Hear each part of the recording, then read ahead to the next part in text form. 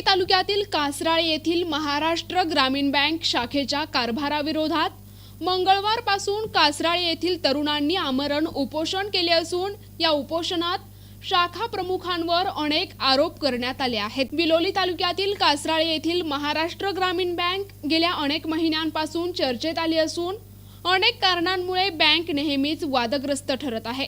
म्हणून तेथील नवतरुणांनी येथील शाखेच्या विरोधात आणि शाखा प्रमुखाच्या मनमानी कारभाराविरोधात विविध आरोप करत बदलीची मागणी करण्यात आली आहे। यात 2023-24 मधील लोन खात्यातील सर्व प्रकारची चौकशी करण्यात यावी। खासगी कंत्राटी कर्मचारी असलेले जाधव नामक यांचा प्रभाव बँकेत अधिक दिसून येत असून ते ग्राहकांना अरेरावीची भाषा वापरत आहे। त्यांना कंत्राटी पद्धतीवरून काढून त्यांच्या विरोधात गुन्हा दाखल करण्यात यावा।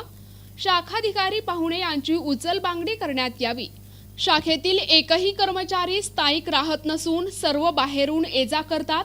त्याची रीतसर चौकशी करण्यात येऊन कारवाई करण्यात यावी आदी मागण्यांसाठी कासराळे येथील तरुण दत्तात्रय बळीराम शिंदे, गजानन लक्ष्मण कोटपालवार, रोहित लच्छमसिंह ठाकूर या तरुणांनी शाखेच्या विरोधात आमरण उपोषणास बसले आहेत।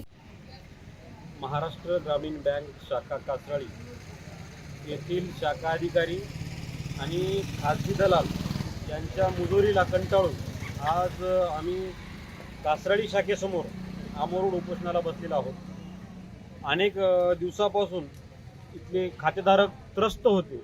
आम्ही वेळोवेळी त्या त्रस्त खातेधारकांसाठी तक्रारी पण केलं होतं वरिष्ठाकडे, पण त्याची कुठलीही दखल न घेता त्यांनी आम्हाला उत्तरसुद्धा दिले नाही साधं। त्यामुळे आज महाराष्ट्र ग्रामीण बँक यांच्यासमोर आज उपोषणाला बसलेलो आहोत।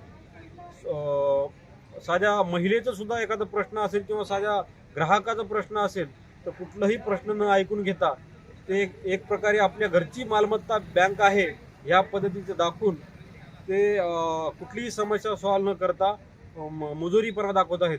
त्यामुळे आम्ही आज इथं उपोषणाला बसलेलो आहोत। प्रतिनिधी दादाराव इंगळे, NTV न्यूज मराठी, बिलोली, नांदेड।